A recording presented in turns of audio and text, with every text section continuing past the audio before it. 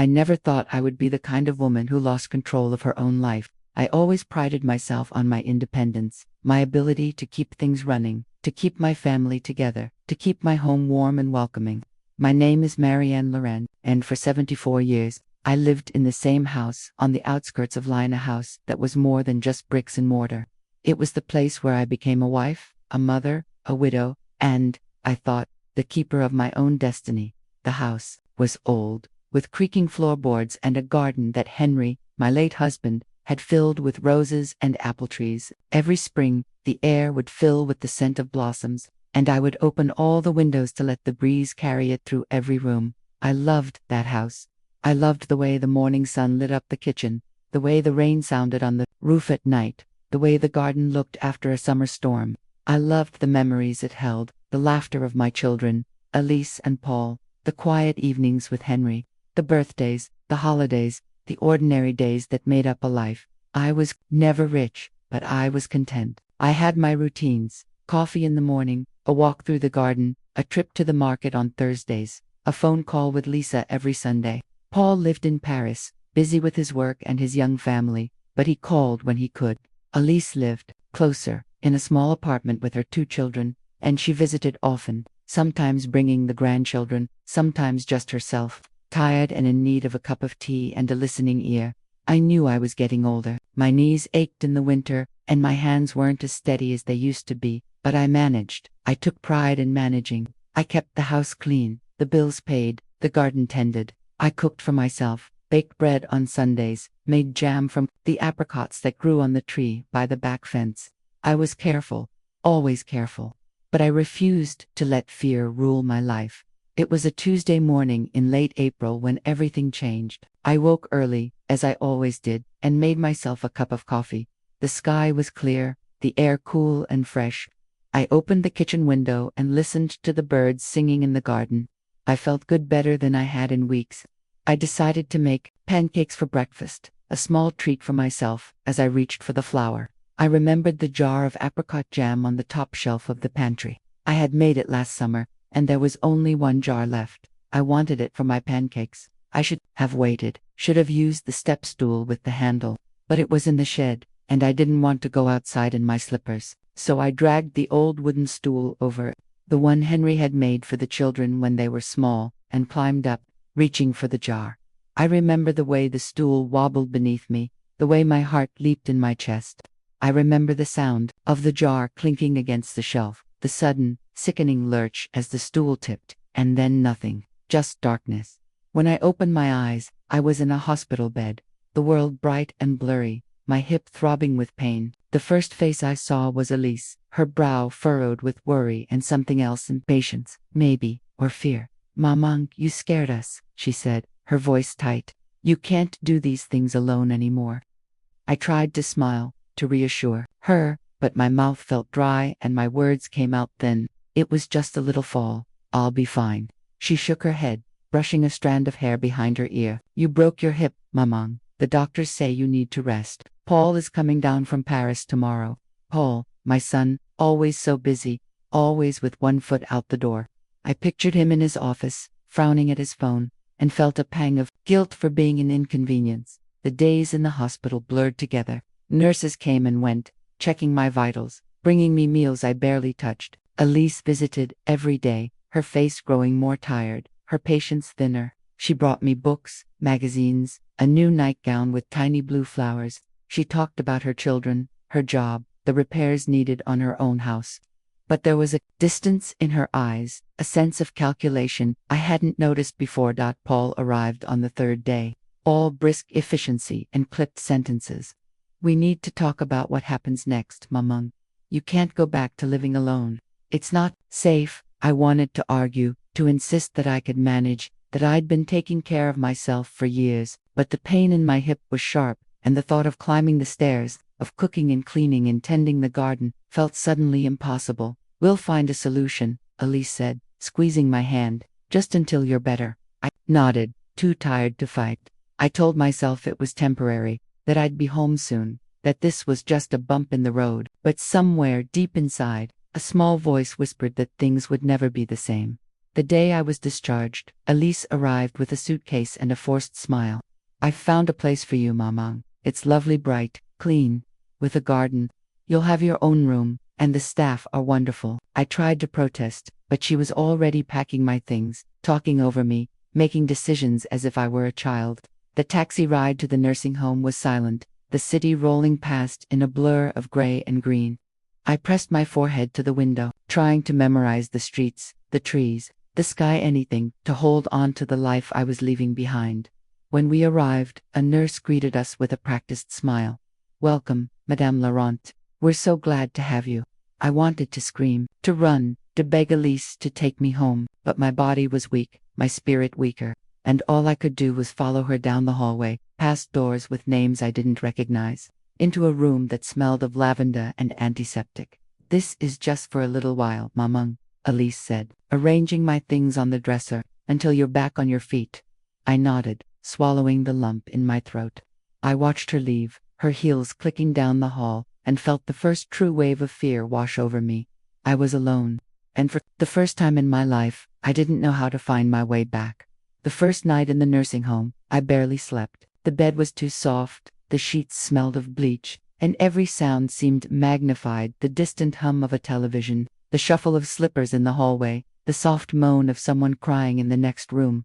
I lay on my back, staring at the ceiling, trying to remember the last time I'd felt truly at home. In the morning, a nurse named Camille came in to check my blood pressure. She was young, with kind eyes and a gentle touch, but I could see the exhaustion in her face. "How are you feeling, Madame Laurent?" she asked, her voice soft. "I'm fine," I lied, forcing a smile. "Just a little tired." She nodded, making a note on her clipboard. "It takes time to adjust. Breakfast is at 8. If you need anything, just press the button by your bed." After she left, I sat on the edge of the mattress, looking around the room. It was clean and bright, with a window that overlooked a small courtyard. There was a dresser, a wardrobe, a single armchair by the window. My suitcase sat unopened in the corner.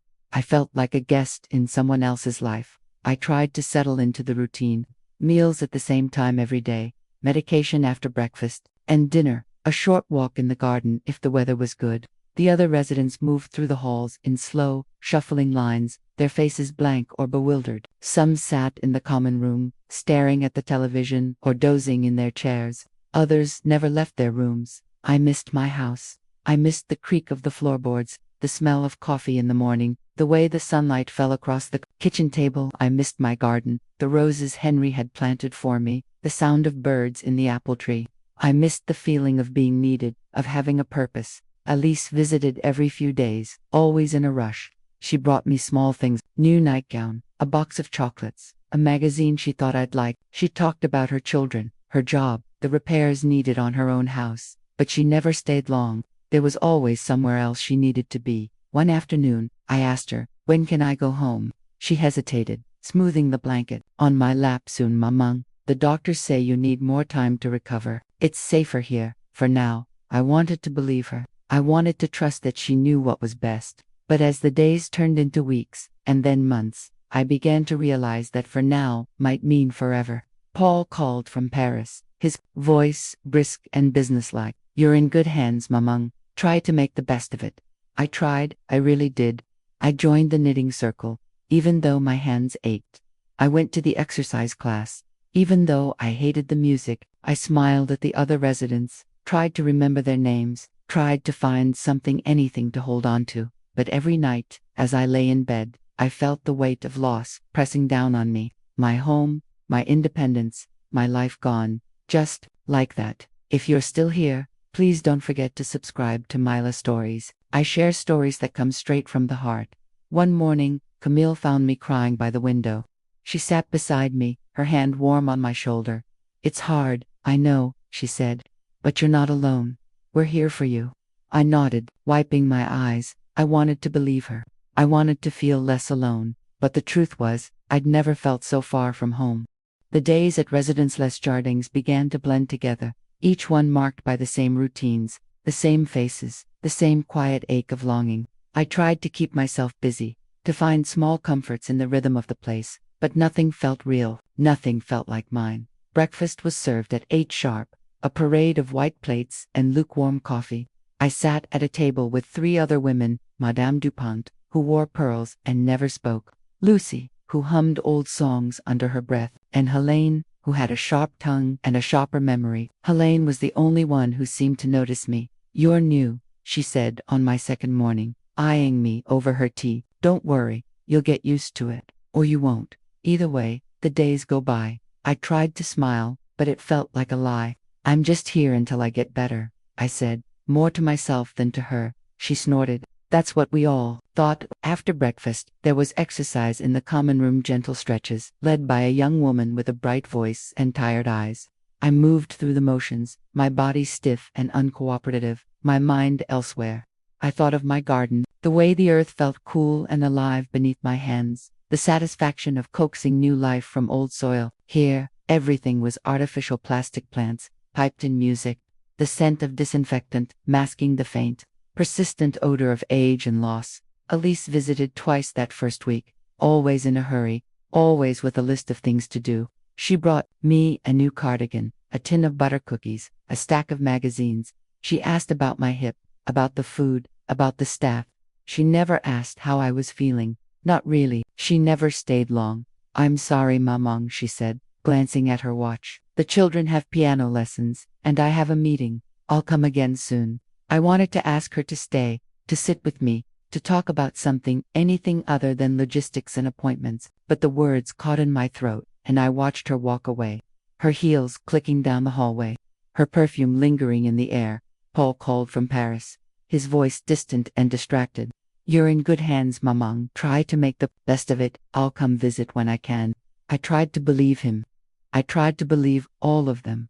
The staff at the home were kind, but busy.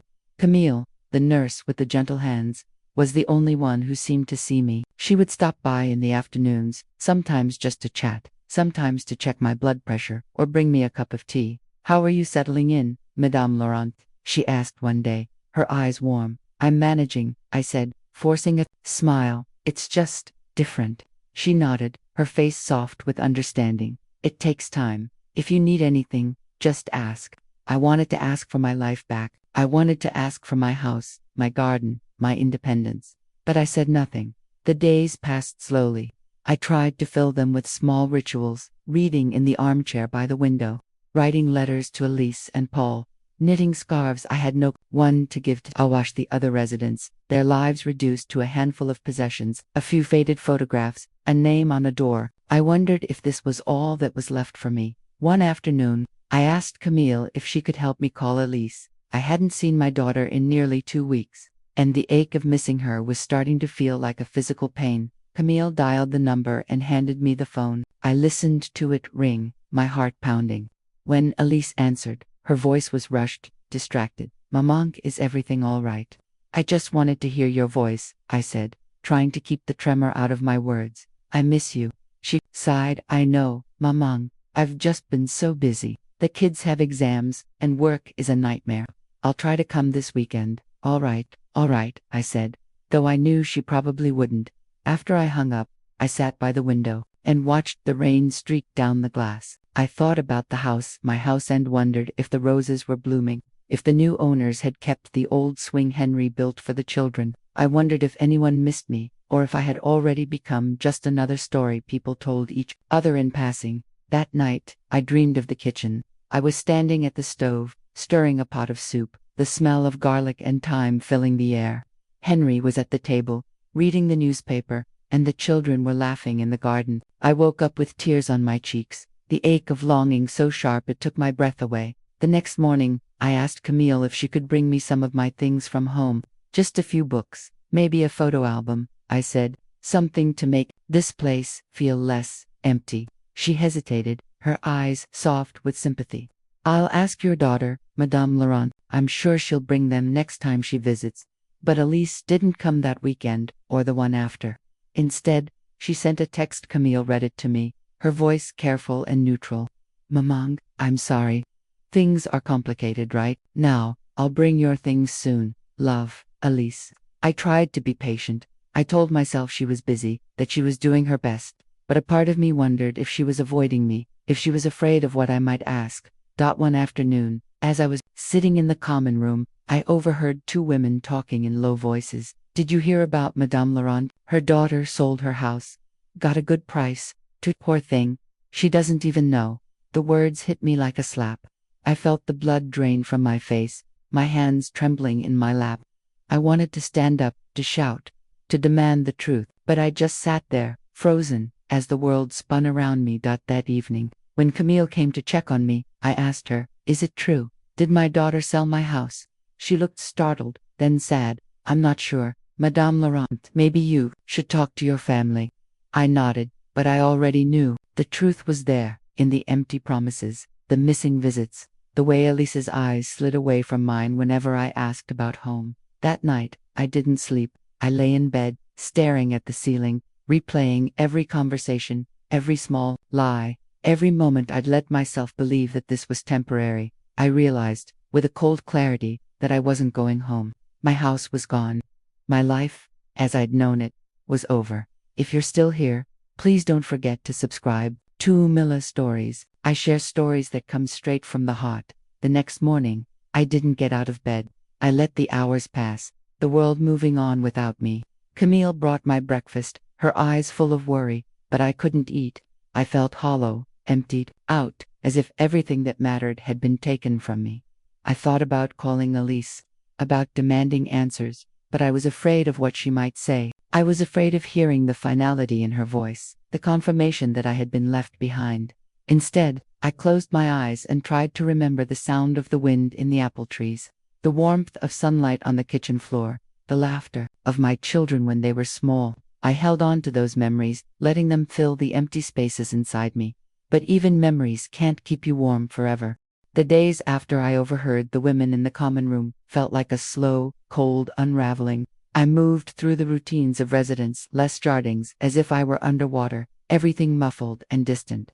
I watched the other residents with new eyes, wondering how many of them had been brought here with promises of just for a little while, how many had left behind homes and lives that were quietly erased while they waited for someone to take them back. I tried to keep myself busy. I joined the knitting circle, though my hands ached and my stitches were uneven. I read the same book 3 times, the words blurring together. I wrote letters to Elise and Paul. Careful, polite letters that never mentioned the house, never asked the questions I was afraid to hear answered. I told myself I was being patient, that I was giving them time to do what needed to be done. But the truth was, I was afraid. Afraid of what I would hear if I asked directly. Afraid of what I already knew. Camille noticed the change in me. She would linger a little longer when she brought my medication, her eyes searching my face for signs of something she could fix. "Are you sleeping, Madame Laurent?" she asked one morning, her voice gentle. "Not much," I admitted. "It's hard to sleep when you don't know where you belong." She sat on the edge of the bed, her hand warm on my arm. "You belong here, for now, but I know it's not the same. If you want to talk, I'm here." I wanted to talk. I wanted to pour out everything, the fear, the anger, the sense of betrayal that was growing inside me like a bruise. But I didn't know where to start. I didn't know how to say, "I think my children have given up on me. I think they've taken everything I loved and left me here to fade away." Instead, I thanked her, and she squeezed my hand before leaving. Her kindness, a small comfort in a world that felt increasingly cold.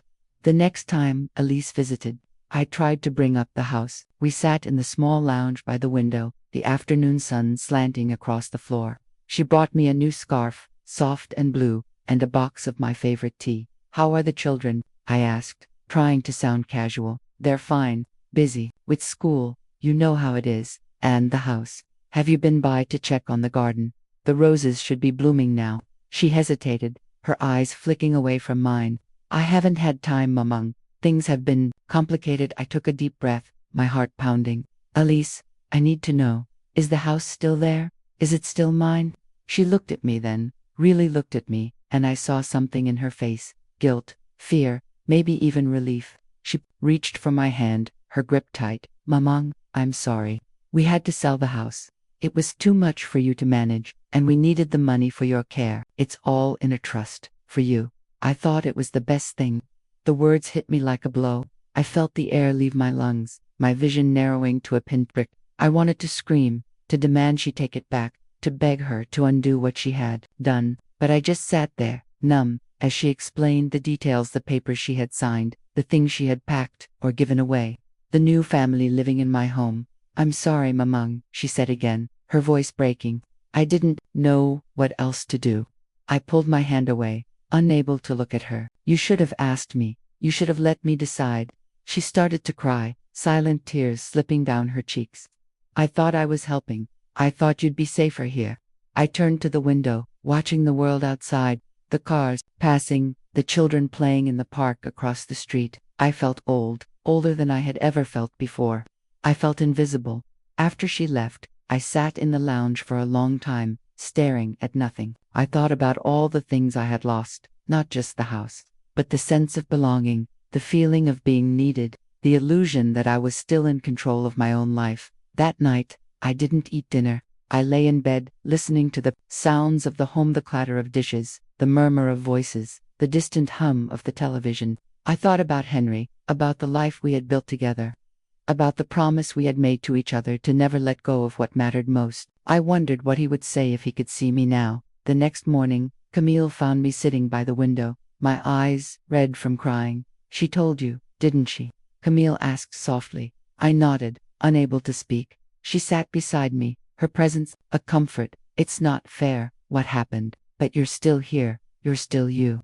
I wanted to believe her. I wanted to find some piece of myself that hadn't been taken, some part of my life that was still mine. But all I felt was loss. The days that followed were heavy. I moved through them like a ghost, barely speaking, barely eating. The other residents noticed, but no one said anything. We were all carrying our own burdens, our own stories of loss and disappointment. One afternoon, Helene sat beside me in the garden, her voice low. "It's hard, isn't it, losing everything? I lost my house, too. My son sold it while I was in the hospital, said it was for my own good." I looked at her, surprised by the raw honesty in her words. "How did you survive it?" I asked. She shrugged. "You don't. Not really. You just keep going. You find new things to care about. You make new memories, even if they're small." I thought about that for a long time. I thought about the things I still had, the letters from Henry, the memories of my children when they were small, the kindness of Camille, the quiet companionship of the other residents. I thought about the garden, the way the sunlight fell on the roses, the way the air smelled after the rain. If you're still here, please don't forget to subscribe to my stories. I share stories that come straight from the heart. I realized that I had a choice. I could let the loss define me, or I could try to find something new, something worth holding on to. It wouldn't be easy. It wouldn't erase the pain, but it was a start. That night, I wrote a letter to Elise. I told her I forgave her, even if I didn't understand. I told her I loved her, even if I was angry. I told her I needed her, even if I couldn't go home. I slipped the letter into an envelope and gave it to Camille to mail. It was a small act, but it felt like reclaiming a piece of myself. The next morning, I woke to the sound of birds outside my window. I sat up, stretched, and let the sunlight warm my face. For the first time in weeks, I felt a flicker of hope. Maybe I couldn't go back. Maybe my old life was gone. But I was still here. I was still me. And that, I decided, would have to be enough. The days after Elise's confession passed in a kind of numbness. I moved through the routines of residence, less jardings, as if I were watching someone else's life. I ate my meals in silence, barely tasting the food. I sat in the garden, letting the sun warm my face, but the light felt thin, as if it couldn't quite reach me. I tried to read, to knit, to write letters, but nothing held my attention for long. My mind kept circling back to the same questions. How could they do this? How could my own children decide my fate without me? I replayed the conversation with Elise over and over in my mind. The way she had looked at me, her eyes full of guilt and fear. The way she had squeezed my hand, as if that could make up for everything she had taken. I wanted to be angry, to shout, to demand she undo what she had done, but the anger was tangled up with grief, with love, with the helplessness of knowing that nothing I said could change what had happened. Paul called a few days later. His voice was brisk, businesslike, as always. "Mamang, I know this is hard, but you have to understand, we did what we thought was best. The house was too much for you. The money is safe, in a trust for your care. You'll never have to worry about anything." I wanted to scream at him, to tell him that money was not the point, that safety was not the same as happiness, that I would have rather died in my own home than live like this. But I heard the strain in his voice, the exhaustion, the fear. I realized that he was just as lost as I was, just as afraid of the future. Paul, I said quietly, I wish you had talked to me. I wish you had let me decide. There was a long silence on the other end of the line. I'm sorry, Mamang, I really am. After we hung up, I sat by the window and watched the world outside. The trees were beginning to turn, their leaves edged with gold and red. I thought about the garden at home, the way the roses would be blooming, the way the apples would be ripening on the tree. I wondered if the new owners appreciated the work Henry and I had put into that garden, if they noticed the way the light fell across the kitchen in the late afternoon, if they felt the history in the walls. I wondered if they had found the box of letters I had hidden in the attic, the ones Henry wrote to me during his military service, the ones I had never shown anyone. I wondered if they had kept the old swing in the backyard, the one Paul had built for his children, or if they had torn it down to make room for something new. The sense of loss was overwhelming. It wasn't just the house, or the things, or the memories. It was the feeling of being erased, of having my life reduced to a handful of possessions and a name on a door. One afternoon, Camille found me sitting in the garden, my hands folded, in my lap. You look sad today, Madame Laurent, she said gently. I tried to smile, but it felt like too much effort. I'm just tired, Camille. Tired of being here, tired of not having a say in my own life. She sat beside me, her presence a comfort. It's hard, I know, but you're not alone. There are people here who care about you. I nodded, but I didn't believe her. Not really.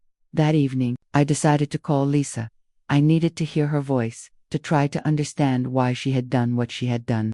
The phone rang 3 times before she answered. Mamang Elise, I need to ask you something. Why didn't you tell me about the house? Why did you make this decision without me? She was silent for a moment, and I could hear the sound of her children playing in the background.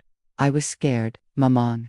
After your fall, I realized how fragile everything was. I didn't want to lose you. I thought if I could make things safer, if I could take care of everything, then maybe I wouldn't have to be so afraid. I closed my eyes, feeling the tears slip down my cheeks. But you didn't ask me. You didn't let me choose. I know. I'm sorry. I thought I was doing the right thing. I thought you'd be angry if I told you. I am angry, Elise, but I'm also sad. I miss my home. I miss my life. I miss you too, Mamang. We sat in silence for a while, the distance between us stretching out like a chasm. I wanted to reach through the phone, to hold her, to tell her that I understood, even if I didn't forgive her. After we hung up, I sat in the dark, listening to the sounds of the home, the clatter of dishes, the murmur of voices, the distant hum of the television. I thought about all the things I had lost, all the things I would never get back. The next day, I asked Camille if she could help me get some of my things from the house. Just a few books, maybe a photo album, I said, something to make this place feel less empty. She hesitated, her eyes full of sympathy.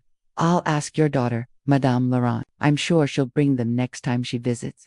But Elise didn't come that weekend, or the one after. Instead, she sent a text. Camille read it to me, her voice careful and neutral. Mamang, I'm sorry.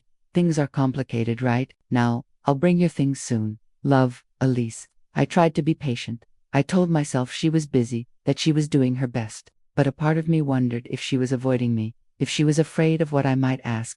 One afternoon, as I was sitting in the common room, I overheard 2 women talking in low voices. Did you hear about Madame? Her daughter sold her house. Got a good price, too. Poor thing. She doesn't even know. The words hit me like a slap. I felt the blood drain from my face, my hands trembling in my lap. I wanted to stand up, to shout, to demand the truth, but I just sat there, frozen, as the world spun around me. That night, I didn't sleep. I lay in bed, staring at the ceiling, replaying every conversation, every small lie, every moment I'd let myself believe that this was temporary. I realized, with a cold clarity, that I wasn't going home. My house was gone. My life, as I'd known it, was over. If you're still here, please don't forget to subscribe to Myla Stories. I share stories that come straight from the heart. The next morning, I didn't get out of bed. I let the hours pass, the world moving on without me. Camille brought my breakfast, her eyes full of worry, but I couldn't eat. I felt hollow, emptied out, as if everything that mattered had been taken from me. I thought about calling Elise, about demanding answers, but I was afraid of what she might say. I was afraid of hearing the finality in her voice, the confirmation that I had been left behind. Instead, I closed my eyes and tried to remember the sound of the wind in the apple trees, the warmth of sunlight on the kitchen floor, the laughter of my children when they were small. I held on to those memories, letting them fill the empty spaces inside me. But even memories can't keep you warm forever. The days after I learned the truth about my house were some of the loneliest of my life. I felt as if I were floating in a world that no longer belonged to me, a ghost haunting the halls of residence, less jarred things. I moved through the routines: exercise, lunch, rest, dinner, sleep, without really being present. I watched the other residents, their faces lined with the same kind of loss, and wondered if they, too, had been erased by the people they loved. I stopped writing letters. I stopped knitting. I stopped asking Camille to call Elise or Paul. I told myself I was being dignified, that I was protecting myself from more disappointment, but the truth was, I was afraid. Afraid that if I reached out, I would find nothing left to hold on to. The staff noticed, of course. Camille lingered longer at my bedside, her eyes full of concern. "You're not eating, Madame Laurent. You're not sleeping. Is there anything I can do?" I shook my head, forcing a smile. "I'm just tired, Camille. I'll be all right." But I wasn't all right. I was shrinking, day by day, my world growing smaller and smaller. I spent hours sitting by the window, watching the seasons change. Outside, the leaves turned gold and red, then fell, leaving the trees bare against the winter sky. I thought about my garden, about the way Henry used to rake the leaves into piles for the children to jump in. I wondered if the new owners let their children play in the yard, if they noticed the bulbs I had planted along the fence, if they cared for the roses the way I had. Sometimes, I would see families visiting other residents' daughters bringing flowers, sons pushing wheelchairs through the garden, grandchildren laughing in the hallways. I tried not to envy them, but it was hard. I wondered what I had done wrong, what I could have done differently to keep my family close. One afternoon, Helene found me in the common room, staring at the television without really seeing it. She sat beside me, her voice low. "You can't let them take everything, you know. Not your spirit, not your dignity." I looked at her, surprised by the fierceness in her eyes. "What's left?" I asked, my voice barely more than a whisper. She shrugged. "You're still here. That's something. You can still choose how you live, even if you can't choose where." Her words stayed with me. That night, I lay in bed, thinking about all the things I still had: my memories, my stories, the kindness of strangers, the beauty of a winter sunrise. I realized that I had been waiting for someone to rescue me, to give me back the life I had lost. But maybe, just maybe, I could rescue myself. The next morning, I forced myself to get up, to shower, to dress in something other than the same old cardigan. I joined the knitting circle, even though my hands ached. I started writing letters again, not to Lisa or Paul, but to myself, to Henry, to the woman I used to be. I wrote about the garden, about the house, about the things I missed and the things I was grateful for. Camille noticed the change. She smiled when she saw me in the hallway, her eyes bright with relief. "It's good to see you up and about, Madame Laurent." I smiled back, feeling a flicker of pride. "I'm trying, Camille. I'm really trying." I started to talk to the other residents, to listen to their stories, to share my own. I learned that Madame Dupont had been a teacher, that Lucy had once sung in a choir, that Helene had traveled the world before her son brought her here. We laughed together, cried together, found comfort in each other's company. One afternoon, a new resident arrived, a man named André, with a gentle smile and a love of poetry. He recited verses in the garden, his voice soft and steady, and I found myself drawn to his kindness, his quiet strength. We talked about books, about music, about the places we had loved and lost. For the first time in months, I felt a spark of something like hope. If you're still here, please don't forget to subscribe to Myla Stories. I share stories that come straight from the heart. I realized that I was not alone, that even in this place, even after everything I had lost, there was still life to be lived, still beauty to be found. I started to look forward to the small thing: good cup of tea, a kind word, the sound of birds outside my window. I still missed my home. I still grieved for the life I had lost.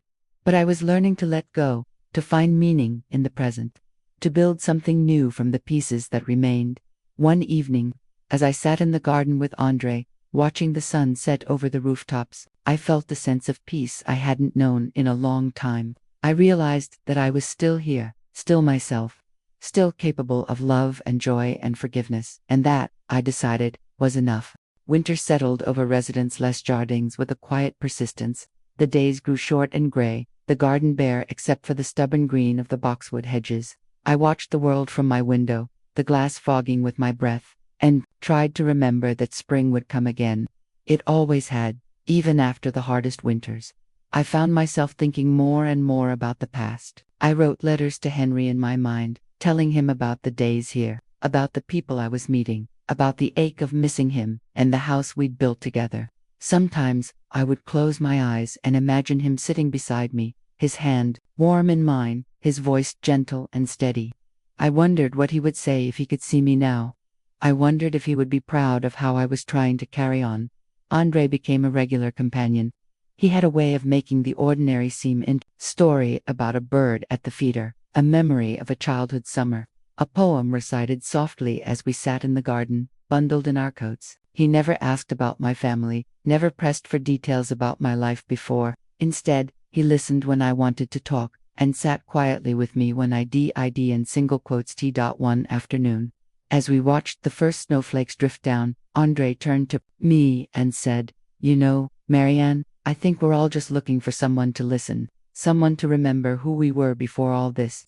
I nodded, feeling the truth of his words settle in my chest. Sometimes I worry that I'm disappearing, that the person I was is gone, and all that's left is this shadow. He smiled, his eyes kind. "You're still here. I see you." It was a simple thing, but it meant more than I could say. That evening, as I was getting ready for bed, Camille knocked on my door. She held out an envelope, her face bright with excitement. "This came for you, Madame Laurent, from your old neighbor, Madame Fournier." I took the letter, my hands trembling. I hadn't heard from Madame Fournier since before my fall. She had lived next door for nearly 30 years, a widow like me, with a sharp wit and a soft heart. We had shared countless cups of tea, traded cuttings from our gardens, watched each other's children grow up and move away. I sat on the edge of my bed and opened the envelope, unfolding the neat, slanted handwriting. "See here, Marianne. I hope this letter finds you well. The new family moved into your house last month. They have 2 little girls who play in the garden every afternoon. I see them from my kitchen window, running around the apple tree, laughing, just like your grandchildren used to. The roses are still blooming, though the new lady doesn't prune them the way you did. I miss our talks, our tea, your stories about Henry. The neighborhood isn't the same without you. If you ever want to write back, I would love to hear from you. You are not forgotten, my dear friend. With love, Simone." I read the letter 3 times, tears blurring the words. I felt a strange mix of grief and comfort. Grief for the life I had lost. Comfort in knowing that someone still remembered me, still cared enough to reach out. The next morning, I wrote back. I told Simone about the home, about the people I had met, about Andre and Camille, and the knitting circle. I told her I missed her, missed the garden, missed the feeling of belonging. I thanked her for remembering me, for reminding me that I was still part of the world outside these walls. Writing that letter was like opening a window in a stuffy room. I felt lighter, more connected, more alive. I started writing more to old friends, to distant relatives, to people I hadn't spoken to in years. Some wrote back, some didn't, but it didn't matter. What mattered was the act of reaching out, of refusing to disappear. Andre encouraged me. "You have stories to tell, Marianne. Don't let them fade away." I started sharing my stories with the other residents. I told them about Henry, about the house, about the time Elise tried to bake a cake and set the oven on fire, about the summer Paul broke his arm climbing the apple tree. We laughed together, cried together, found comfort in each other's memories. Camille noticed the change in me. "You seem happier, Madame Laurent. More yourself." I smiled, feeling a warmth in my chest. "I think I am. Thank you, Camille, for everything." She squeezed my hand. "You're stronger than you think.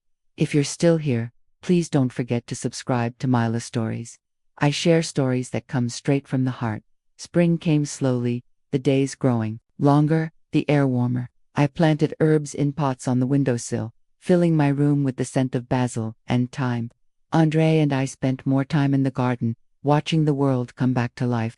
I started to look forward to each day, to the small joys that made life worth living. I still missed my home. I still grieved for the life I had lost, but I was learning to let go, to find meaning in the present, to build something new from the pieces that remained.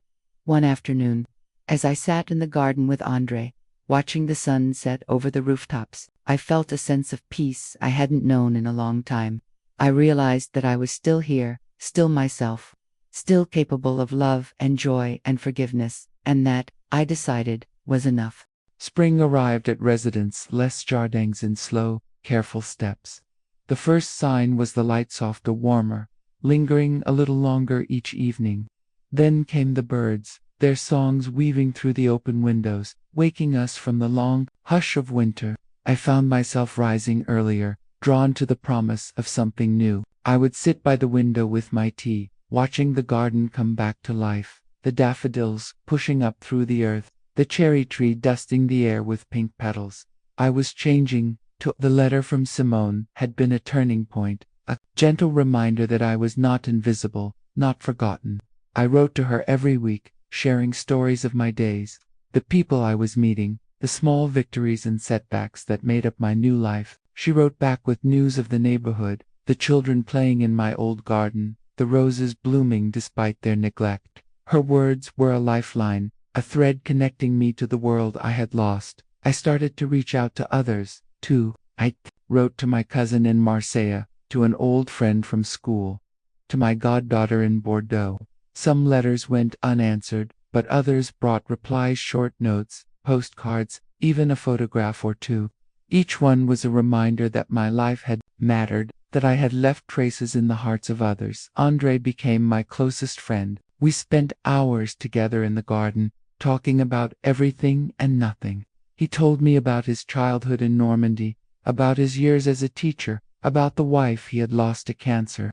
I told him about Henry, about the house, about the ache of missing my children. We shared our fears, our regrets, our hopes for whatever time we had left. One afternoon, as we sat beneath the cherry tree, Andre turned to me and said, "You know, Marianne, I think we're lucky. Not everyone gets a second chance to find friendship, to find meaning. We could have spent our days alone, but we chose not to." I smiled, feeling the truth of his words settle in my heart.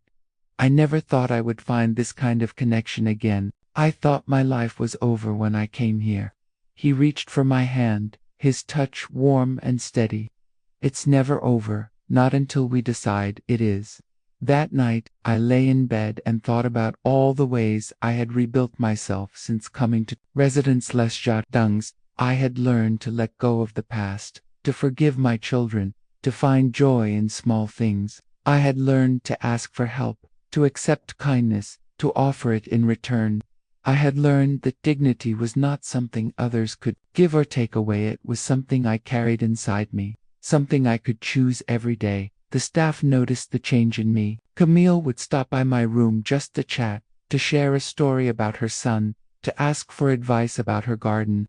The other residents sought me out, asking for help with a crossword puzzle, inviting me to join them for a walk. I became part of the fabric of the place, no longer just a name on a door, but a person with a story, a presence, a purpose. I started a small reading group, gathering a few residents in the lounge every Thursday afternoon.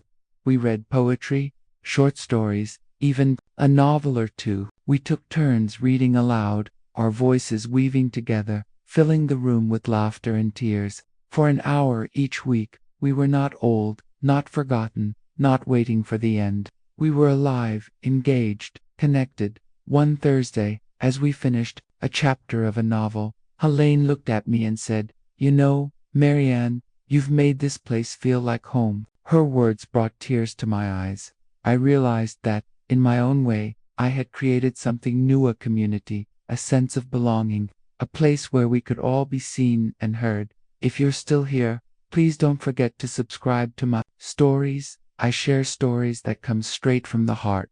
I still missed my house, my garden, the life I had lost. There were days when the ache of longing was almost too much to bear, but I had learned to live with it, to let it be part of me without letting it define me. I had learned that home was not just a place, but a feeling, a sense of safety, of connection, of being known. One afternoon, as I sat in the garden with Andre, watching the cherry blossoms drift down like snow, I felt a deep, quiet joy.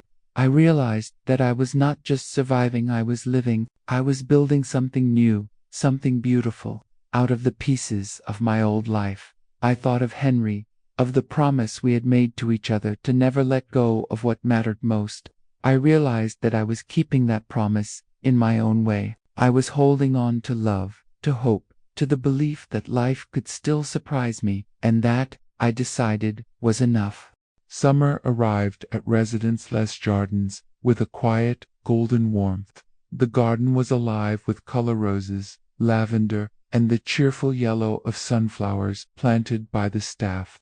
I found myself spending more time outdoors, drawn to the light and the laughter of the other residents. The days were long and slow, filled with the hum of bees, the distant sound of children playing in the park across the street, and the gentle rhythm of a life I was learning to accept.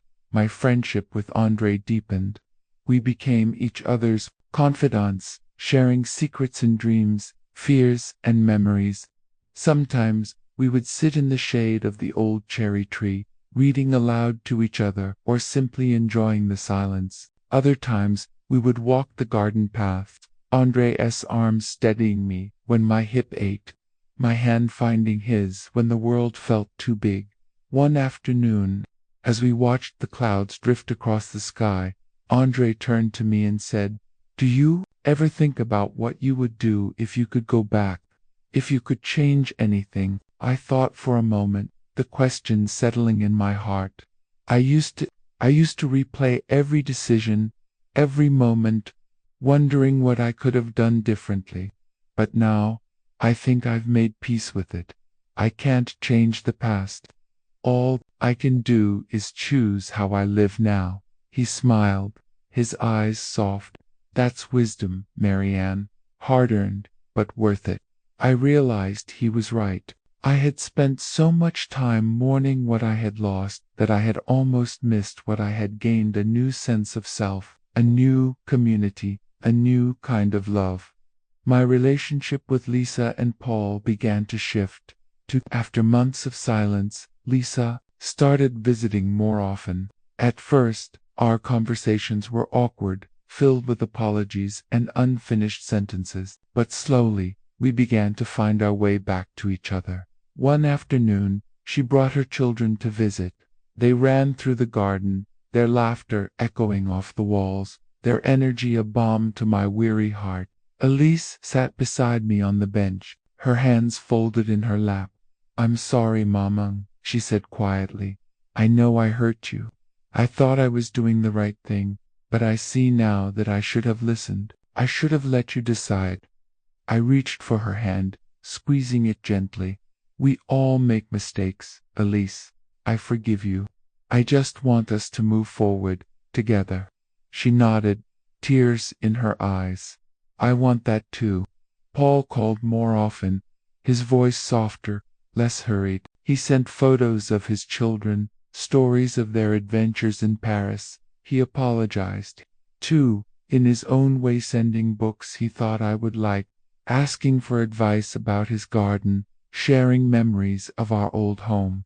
I realized that forgiveness was not a single act, but a process, of slow, steady letting go of anger and disappointment, a willingness to see each other as flawed, complicated, and deeply human. The staff at Residence Les Jardins noticed the change in me. Camille would stop by my room just to chat, to share a story about her son, to ask for advice about her garden. The other residents sought me out, asking for help with a crossword puzzle, inviting me to join them for a walk. I became part of the fabric of the place, no longer just a name on a door, but a person with a story, a presence, a purpose. I continued to lead the reading group, our Thursday afternoons filled with laughter and tears, our voices weaving together in a tapestry of memory and hope. I started a small herb garden on the terrace, teaching the other residents how to care for the plants, how to find joy in watching something grow. If you're still here, please don't forget to subscribe to Myla's Stories. I share stories that come straight from the heart. One evening, as the sun set over the rooftops, Andre and I sat together in the garden, our hands entwined. I felt a deep sense of peace, a quiet joy that filled the empty spaces inside me. I never thought I would find happiness here, I said softly, but I have. Not the happiness I knew before, but something new, something real. Andre smiled, his thumb tracing gentle circles on my hand. You deserve it, Marianne. We all do. I realized then that I had not just survived, I had healed. I had learned to let go of the past, to forgive my children, to find meaning in the present. I had learned that home was not just a place, but a feeling, a sense of safety, of connection, of being known. I still missed my house, my garden, the life I had lost. There were days when the ache of longing was almost too much to bear. But I had learned to live with it, to let it be part of me without letting it define me. I had learned that dignity was not something others could give or take away. It was something I carried inside me, something I could choose every day. As summer faded into autumn, I found myself looking forward to each new day, to the small joys that made life worth living. I realized that I was not just surviving, I was living. I was building something new, something beautiful, out of the pieces of my old life, and that, I decided, was enough. Autumn arrived at Residence Les Jardins with a hush, as if the world itself was pausing to take a breath. The garden, once wild with color, softened into gold and rust. The air grew crisp and the days shortened, but the light that filtered through my window was gentle, forgiving. I found myself drawn to the terrace in the late afternoons, wrapped in a shawl, watching the leaves drift down and listening to the distant laughter of children in the park. There was a peace in the turning of the seasons, a reminder that nothing, no pain, no joy, no loss, lasts forever. I had changed. I could feel it in the way I moved through the halls, in the way I greeted the staff and residents, in the way I looked at myself in the mirror each morning. I was no longer the frightened, grieving woman who had arrived here months ago, clutching a suitcase and the last shreds of her dignity. I was someone new, someone softer, perhaps, but also stronger, someone who had learned to let go. My friendship with Andre had deepened into something I hadn't expected at my age, a quiet, steady love. We spent our days together, reading, walking, sharing stories. Sometimes we would sit in silence, simply enjoying each other's company. There was no need for grand declarations or promises. We understood each other, two souls who had lost much and found, in each other, a reason to hope again. One evening, as we sat in the garden, Andre took my hand and squeezed it gently. You know, Marianne, I used to think my life was over when I came here. I thought I would just wait for the end. But you've shown me that there's still so much to live for. I smiled, feeling tears prick my eyes. You've given me that gift. I never thought I would find happiness here, but I have. Not the happiness I knew before, but something new, something real. He kissed my hand, his eyes shining. We're lucky, you and I. I nodded, my heart full. Yes, we are. My relationship with Elise and Paul continued to heal, slowly, gently. Elise visited often, sometimes bringing her children, sometimes coming alone. Our conversations grew easier, less burdened by guilt and regret. We talked about the past, about Henry, about the house. We laughed about old memories, cried about the things we couldn't change, and found comfort in each other's presence.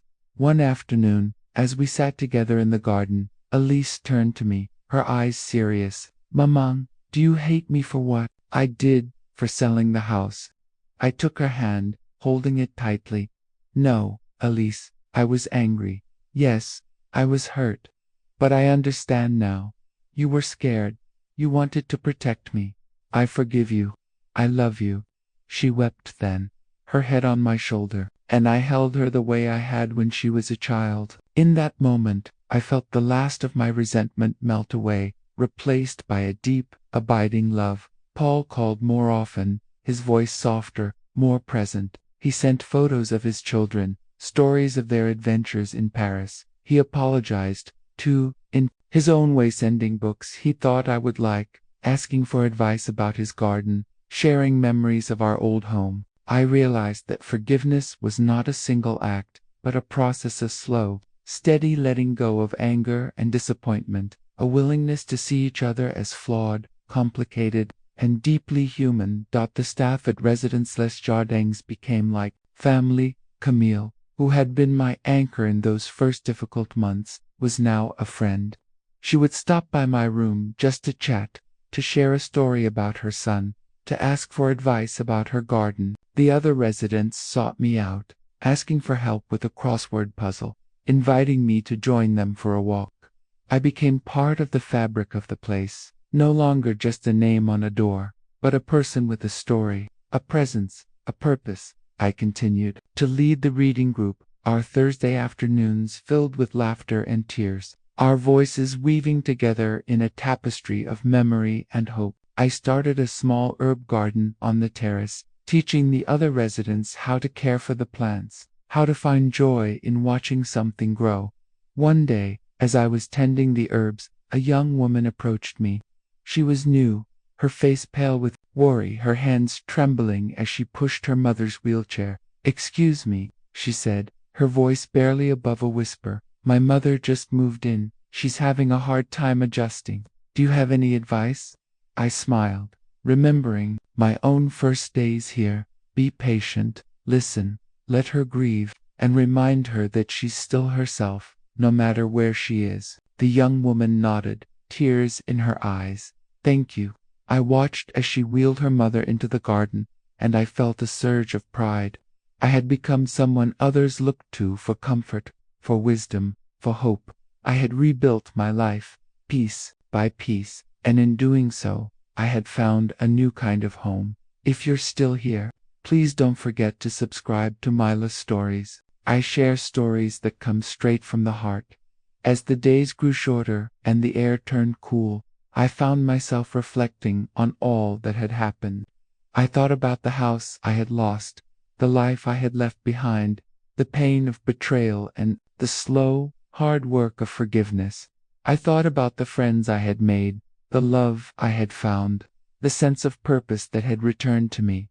I realized that home was not just a place, but a feeling, a sense of safety, of connection, of being known. I realized that dignity was not something others could give or take away. It was something I carried inside me, something I could choose every day. I still missed my house, my garden, the life I had lost.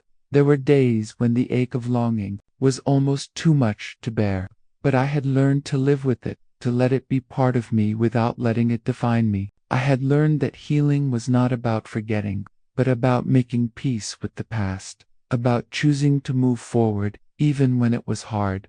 One evening, as I sat in the garden with Andre, watching the sun set over the rooftops, I felt a deep, quiet joy. I realized that I was not just surviving, I was living. I was building something new, something beautiful, out of the pieces of my old life. I thought of Henry, of the promise we had made to each other to never let go of what mattered most. I realized that I was keeping that promise in my own way. I was holding on to love, to hope, to the belief that life could still surprise me. If you take anything from my story, let it be this: no matter how much you lose, no matter how lost you feel, it is never too late to begin again. It is never too late to forgive, to love, to find your way home. Thank you for listening to my story.